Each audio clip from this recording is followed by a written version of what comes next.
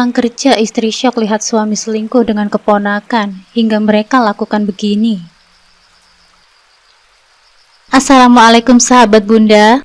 Semoga Allah selalu memberikan kesehatan dan kebahagiaan untuk kita semua. Buat sahabat Bunda yang sudah subscribe, semoga rezekinya dilancarkan ya. Amin ya rabbal alamin. Dewi adalah seorang wanita karir yang sukses. Setiap hari, ia berangkat bekerja dengan semangat tinggi, berusaha memberikan yang terbaik untuk keluarganya. Suaminya, Rizky, adalah pria yang tampan dan nampak selalu setia. Kehidupan pernikahan mereka selama ini berjalan lancar, tanpa ada masalah yang berarti. Mereka bahkan sering mendapat pujian dari teman-teman dan tetangga karena dianggap sebagai pasangan yang ideal. Namun, Dewi tidak pernah menyangka bahwa di balik keharmonisan itu, ada sebuah rahasia kelam yang akan menghancurkan hatinya. Pagi itu, Dewi bangun dengan semangat dan energi yang positif. Suara alarm membangunkannya dari tidur nyenyaknya, dan dia segera beranjak dari tempat tidur. Rumah mereka yang sederhana, sebuah kontrakan kecil, terasa hangat dan nyaman. Dewi menuju dapur untuk menyiapkan sarapan. Di dapur, Dewi memasak nasi goreng sederhana untuk sarapan. Ini adalah hidangan favorit mereka yang praktis dan menyenangkan. Rizky, suaminya yang bekerja sebagai satpam di bank, muncul dengan seragam kerjanya yang rapi. "Pagi sayang," sapa Rizky sambil mencium kening Dewi. "Wah, nasi goreng kesukaanku sudah siap ya." "Pagi mas," balas Dewi sambil tersenyum. "Iya mas, sudah siap. Ayo makan dulu mas sebelum berangkat bekerja." Mereka duduk di meja makan kecil, menikmati nasi goreng sambil berbicara ringan. Rizky bercerita tentang tugas-tugasnya yang memang cukup melelahkan sebagai satpam di bank. Sementara Dewi membagikan cerita dari pabrik sepatu tempat ia bekerja. Sebagai seorang buruh pabrik, Dewi melakukan pekerjaannya dengan penuh dedikasi, meski jabatannya tidak tinggi. "Mas, hari ini aku juga harus cek beberapa stok sepatu yang baru datang. Semoga semuanya baik-baik saja," cerita Dewi sambil memakan nasi gorengnya. "Iya sayang, semoga lancar ya. Aku juga ada patroli sore nanti, jadi mungkin pulangnya agak malam." "Jangan terlalu capek ya mas, kalau pulang malam jangan lupa makan," kata Dewi dengan penuh perhatian. Setelah sarapan, Rizky bersiap untuk pergi ke bank. Ia mengecup kening Dewi sebelum berangkat. "Hati-hati di jalan ya mas, jangan buru-buru." "Tenang saja mas, aku pasti hati-hati, kamu juga hati-hati ya," jawab Dewi. Dewi kemudian mengambil tasnya dan bergegas menuju halte bus terdekat. Ia sering naik bus untuk menuju pabrik sepatu, dan perjalanan ini sudah menjadi rutinitas yang biasa baginya. Sementara itu, Rizky pergi menuju bank dengan sepeda motornya. Di pabrik sepatu, Dewi langsung terjun ke pekerjaannya. Ia memeriksa setiap sepatu yang masuk dengan teliti, memastikan semuanya dalam kondisi baik sebelum dikirim ke toko. Meskipun pekerjaannya tidak menjanjikan hasil yang besar, Dewi merasa puas dengan apa yang dilakukannya. Hari itu berjalan seperti biasa. Ketika jam menunjukkan pukul 5 sore, Dewi yang merasa lelah tapi bahagia. Dia menyiapkan makan malam sederhana, nasi dengan sayur dan tempe goreng, sambil menunggu Rizky pulang. Dewi merasa nyaman dan santai, menikmati waktu menunggu dengan aktivitas kecil di rumah. Saat Rizky pulang lebih awal dari biasanya, dia membawa beberapa makanan kecil sebagai kejutan untuk Dewi. Ketika dia memasuki rumah, dia tidak menduga bahwa hari itu akan menjadi hari yang sangat berbeda dari yang dia bayangkan. Dewi sedang menyiapkan makan malam ketika pintu depan terbuka, dan Rizky masuk ke dalam rumah. Rizky segera menghampiri Dewi dengan senyuman. "Sayang, aku pulang lebih awal hari ini. Aku bawa beberapa cemilan nih. Gimana hari ini sayang?" Dewi tersenyum. "Alhamdulillah pulang cepat ya mas. Bagus deh, berarti kita bisa makan malam lebih awal. Banyak banget mas cemilannya." Mereka berbicara sebentar sambil menyiapkan makan malam. Kehidupan mereka sebagai sepasang suami istri memanglah sangat bahagia. Di lain hari, Rizky yang baru saja selesai bertugas dan sedang bersiap untuk pulang. Ponselnya berbunyi dan Rizky segera mengangkatnya. "Halo? Assalamualaikum Riz." Suara Nita, kakak Rizky terdengar ramah di ujung telepon. "Waalaikumsalam Mbak Nita. Ada apa nih kok tumben nelpon? Tanya Rizky dengan sopan. Riz, sebenarnya Mbak ingin memberitahukan kalau Gea keponakanmu itu diterima kuliah di universitas dekat rumah kamu tinggal, Riz. Rencananya Mbak sama Gea besok mau ke situ dan mampir ke rumahmu. Jujur Mbak sangat khawatir kalau dia tinggal sendirian. Makanya Mbak mohon, kira-kira kamu sama Dewi bisa nggak membantu menjaga Gea sementara waktu agar dia beradaptasi di situ? Tanya Nita, nada suaranya menunjukkan kekhawatiran. Rizky tersenyum, memahami kekhawatiran Nita. Iya Mbak Nita, nggak apa-apa Gea tinggal sama kami aja. Lagian kebetulan juga masih ada satu kamar kosong bisa buat Gea tidur. Lah kira-kira Mbak mau berangkat jam berapa dari sana? Lanjut Rizky. Kayaknya pagi Riz, biar sampai sana juga masih ada waktu buat istirahat dan ngobrol sama kalian dulu, kata Nita. Ya udah Mbak Nita, nanti kabarin lagi ya. Terima kasih banyak ya Riz, Mbak benar-benar merasa lebih tenang sekarang.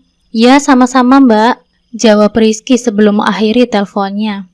Setibanya di rumah Rizky pun berbincang dengan Dewi tentang rencana Nita tadi. Dewi merasa ikut senang karena Dewi pikir nantinya ada teman untuk ngobrol saat Rizky bekerja. Hari-hari menjelang kedatangan Gea dipenuhi dengan persiapan dan komunikasi antara Nita dan Rizky. Sejak Nita menghubungi Rizky melalui telepon, Dewi dan Rizky telah menyusun rencana untuk menyambut Gea, keponakan Rizky yang akan tinggal bersama mereka selama kuliah di kota. Keesokan harinya, Dewi dan Rizky mempersiapkan rumah mereka untuk kedatangan Gea. Mereka mengatur kamar tamu agar nyaman, meski sederhana, dengan harapan Gea merasa betah. Rizky yang pulang lebih awal dari biasanya memutuskan untuk menyiapkan beberapa cemilan sebagai sambutan untuk kakak dan keponakannya. Sekitar tengah hari, mereka mendengar bunyi mobil di depan rumah. Dewi dan Rizky segera bergegas keluar untuk menyambut Nita dan Gea. Nita terlihat lelah tapi penuh semangat, sementara Gea mengikuti ibunya dengan beberapa tas besar. Assalamualaikum Riz. Waalaikumsalam Mbak Nita. Mbak Nita, sehat Mbak? Dewi datang ikut menyalami juga. Alhamdulillah sehat Wi, kata Nita sambil mengenalkan anaknya Gea ke Rizky dan Dewi. Gea, ini Tante Dewi dan Om Rizky. Mereka akan membantumu selama kamu tinggal di sini. Gea melangkah maju dengan senyum ramah, menyapa Dewi dan Rizky. Halo Tante Dewi, Om Rizky. Wah, Gea sekarang sudah gede ya. Om jadi pangling soalnya, kata Rizky sambil tersenyum penuh canda. Rizky memang saat itu terlihat sangat terkejut melihat betapa cantiknya Gea dibandingkan dengan ingatannya saat Gea masih kecil. Dewi membantu Gea membawa tas-tasnya ke kamar tamu, memastikan semuanya siap. Ayo Gea, kita makan siang. Kami sudah menyiapkan makanan. Semoga kamu suka ya. Rizky pun menggandeng tangan kakaknya dan menyuruhnya masuk ke dalam.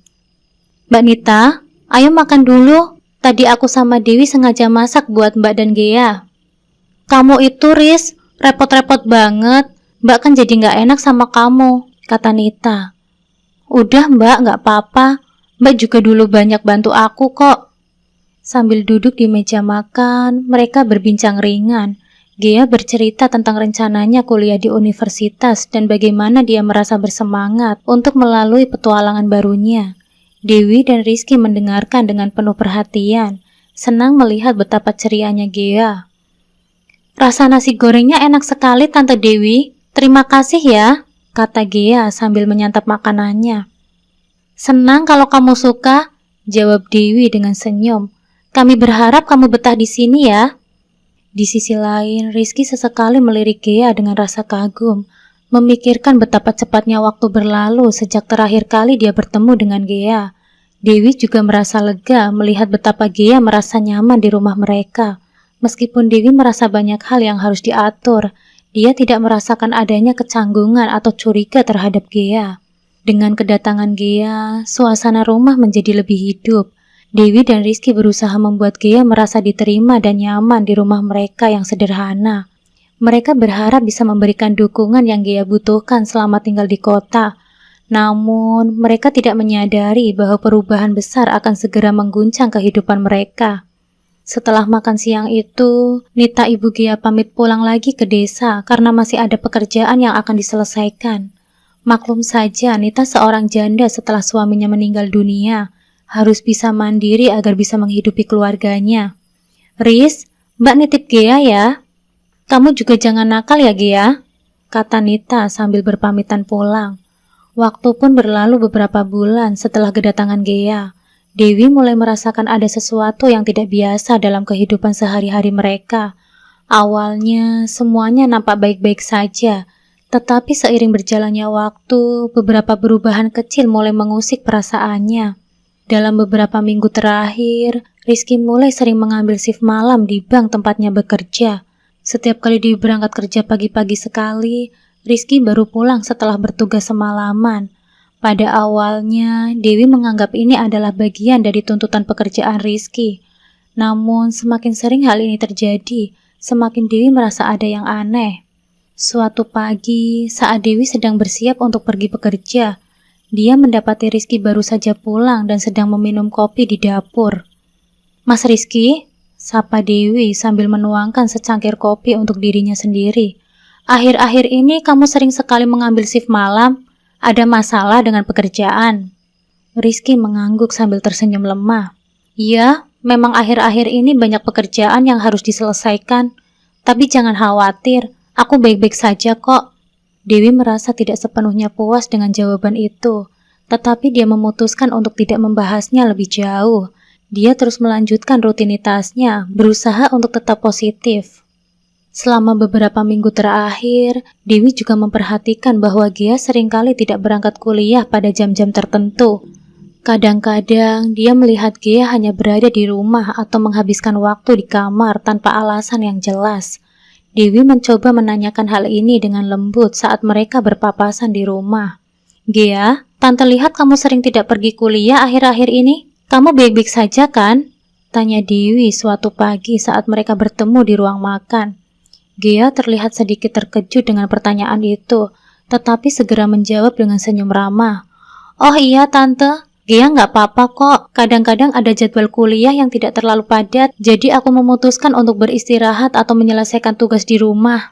Dewi mengangguk, meskipun dia merasa jawaban itu tidak sepenuhnya memuaskan. Dia mulai merasa ada yang tidak beres, tetapi dia masih tidak memiliki bukti yang cukup. Suatu malam, saat Dewi pulang kerja lebih awal, dia mendapati Gia sedang nonton TV sendirian di ruang tamu. Rizky masih belum pulang dari shift malamnya. Dewi memutuskan untuk duduk dan berbicara dengan Gia. Gia, kuliahmu bagaimana? Ada masalah nggak? Tanya Dewi sambil duduk di sofa. Gia tersenyum, tetapi ada sesuatu dalam senyumnya yang nampak canggung. Aman kok Tante, semuanya baik-baik saja. Hanya saja kadang-kadang ada jadwal yang kosong dan aku tidak banyak beraktivitas di luar. Dewi merasa ada yang tidak konsisten dengan jawaban Gia. Kamu sudah pasti merasa betah di sini kan? Iya, Tante Dewi. Aku merasa nyaman kok di sini. Jawab Gia, tetapi Dewi bisa merasakan nada yang tidak tulus dalam suaranya. Kecurigaan Dewi semakin menguat ketika dia kembali menemukan Gia di kamar tamu tanpa alasan yang jelas. Suatu malam, setelah Rizky pulang larut malam, Dewi mendapati Gia sedang menyiapkan makanan ringan di dapur. Dan tampak seperti baru saja selesai melakukan sesuatu yang membuatnya sedikit terburu-buru. Dewi memutuskan untuk langsung berbicara dengan Rizky. Setelah makan malam, saat mereka duduk berdua di ruang tamu, Dewi merasa harus mengungkapkan kekhawatirannya. Mas Rizky, aku merasa akhir-akhir ini ada yang aneh, kata Dewi dengan nada hati-hati. Kamu sering pulang larut malam, dan Gia juga tidak nampak pergi kuliah seperti biasanya. Aku hanya ingin tahu apakah ada yang terjadi atau aku salah paham. Rizky terlihat terkejut mendengar pernyataan Dewi. Sayang, aku tidak tahu apa yang kamu maksud. Kalau boleh jujur, aku banyak sekali pekerjaan akhir-akhir ini. Dan kalau Gia mungkin hanya beradaptasi dengan rutinitas barunya saja. Soalnya aku kan jarang ketemu Gia. Dewi menghela nafas, merasa sedikit frustasi. Aku hanya ingin memastikan semuanya baik-baik saja, Mas. Aku khawatir kalau ada sesuatu yang tidak kamu ceritakan. Rizky mengangguk, berusaha meyakinkan Dewi. Jangan khawatir sayang, semuanya baik-baik saja. Aku akan berbicara dengan Gia dan memastikan dia tidak ada masalah. Dewi merasa sedikit lega tetapi masih tetap waspada. Dia tahu dia perlu lebih banyak informasi sebelum membuat kesimpulan. Keadaan ini membuatnya merasa tertekan dan cemas, tetapi dia tetap bertekad untuk menemukan kebenaran demi menjaga keharmonisan rumah tangga mereka. Suatu hari, Dewi yang sudah merasakan ada yang tidak beres dengan suaminya. Apalagi dengan jadwal Rizky ke shift malam yang semakin sering, dan ketidakberadaan Gea di kampus menjadi tanda-tanda yang mengganggu pikirannya. Meskipun begitu, Dewi belum punya bukti yang konkret, dan rasa curiga itu terus membayangi hari-harinya. Akhirnya, Dewi memutuskan untuk bolos bekerja karena kecurigaannya semakin menguat. Dia memutuskan untuk menyelidiki lebih lanjut. Pagi itu, sebelum berangkat kerja, Dewi menelpon Rizky yang masih berada di shift malam. "Mas, aku berangkat kerja dulu ya," kata Dewi melalui telepon.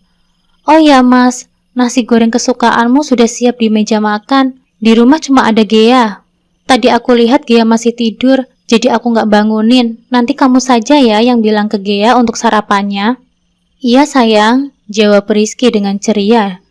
Dalam hati Rizky begitu senang, karena memang itulah yang setiap hari Rizky dan Gea lakukan saat Dewi berangkat bekerja. Ternyata sebulan setelah Gea tinggal bersama Dewi dan Rizky, sebuah perubahan terjadi. Rizky yang awalnya hanya melihat Gea sebagai keponakannya, mulai merasakan ketertarikan yang tidak dapat ia kendalikan. Gea yang cantik dan muda, menarik perhatian Rizky lebih dari yang seharusnya. Rizky merasakan perasaan yang lebih dari sekedar keluarga, dan di dalam hatinya, ia tidak bisa menahan dorongannya.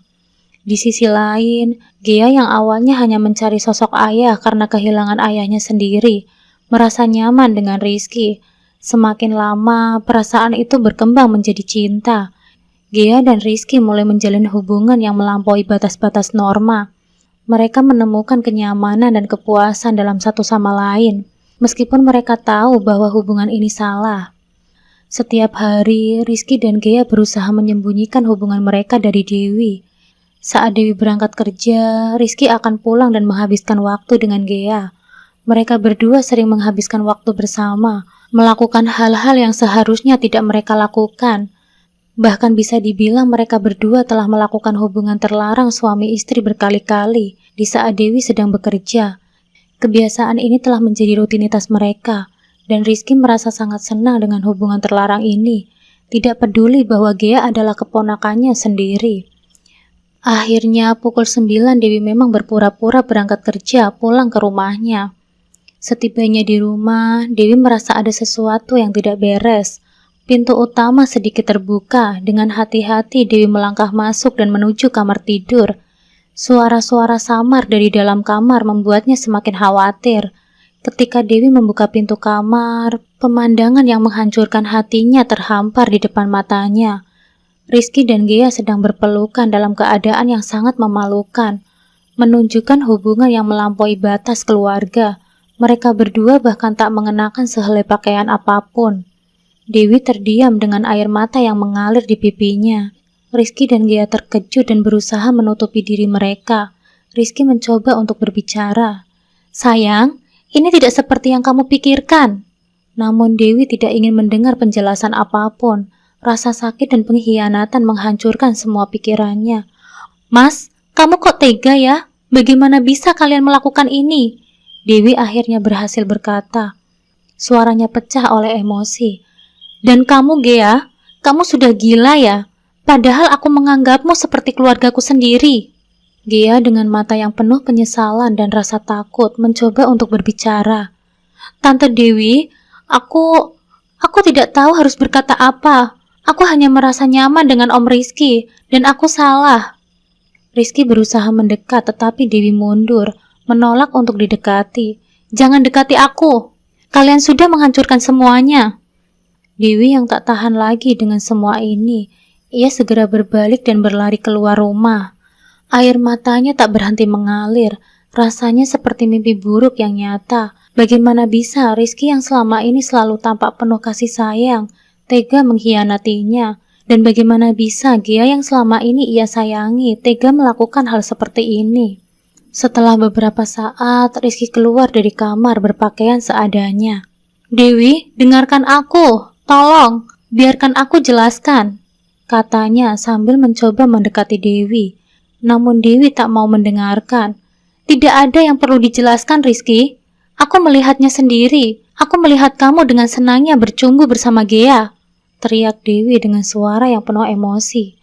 Gea keluar dari kamar dengan wajah yang penuh penyesalan. Tante Dewi, aku minta maaf. Ini semua salahku. Suaranya gemetar, penuh rasa bersalah. Diam, mengagetkan Gea yang berdiri di dekat pintu kamar. Aku tidak ingin mendengarkan apapun darimu, Gea. Kamu telah menghancurkan keluargaku. Aku tak menyangka kamu bisa sekeji ini. Setelah malam penuh tangis, Dewi memutuskan untuk meninggalkan rumah. Ia tak bisa lagi tinggal bersama suaminya yang telah menghancurkan kepercayaannya dan keponakannya yang telah mengkhianatinya.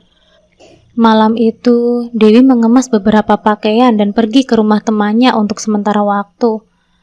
Rizky mencoba menghubungi Dewi berulang kali, memohon ampun dan berjanji untuk memperbaiki semuanya. Tapi Dewi tidak bisa lagi mempercayainya. Setiap kali ia melihat Rizky, yang terbayang hanyalah pemandangan yang menghancurkan hatinya. Gea juga mencoba meminta maaf, tapi Dewi terlalu terluka untuk mendengarkannya. Dewi akhirnya memutuskan untuk bercerai. Setelah beberapa minggu dalam pergulatan batin, ia tahu bahwa pernikahannya sudah tidak bisa lagi diselamatkan. Kepercayaan yang rusak tak bisa diperbaiki begitu saja. Rizky akhirnya menerima kenyataan bahwa perbuatannya telah menghancurkan segalanya. Dewi belajar untuk melanjutkan hidupnya meski dengan luka yang mendalam. Ia fokus pada pekerjaannya dan menemukan kekuatan dalam dirinya sendiri. Meski rasa sakit itu mungkin tak akan pernah hilang sepenuhnya, Dewi tahu bahwa ia bisa bertahan dan bangkit kembali. Dan pada akhirnya, ia menemukan kedamaian dalam melepaskan masa lalu yang menyakitkan dan memulai hidup baru dengan lebih bijaksana.